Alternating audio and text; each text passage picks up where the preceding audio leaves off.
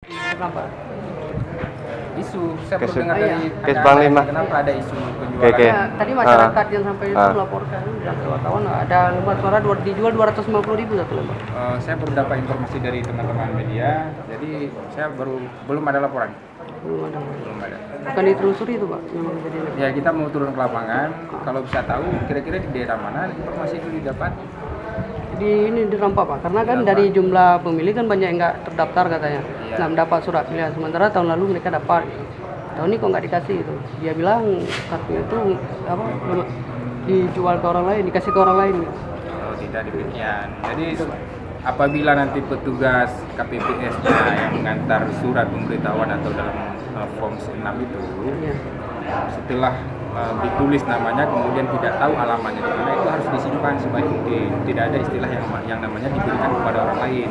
Sungguh pun diberikan kepada orang lain itu juga tidak berhak dia menerimanya. Jadi kalau memang ada isu-isu seperti itu, ya marilah kita coba cek bersama apakah ada sejauh mana kebenarannya. Ya, Pak, ini kan dari jumlah di situ aja DPT-nya banyak masyarakatnya banyak nggak terdaftar Pak. Sementara persediaannya cuma plus 2%, cuma sekitar 40 lembar tadi. Itu bagaimana Pak? Bagaimana warga yang lain nggak Iya, mendapatkan?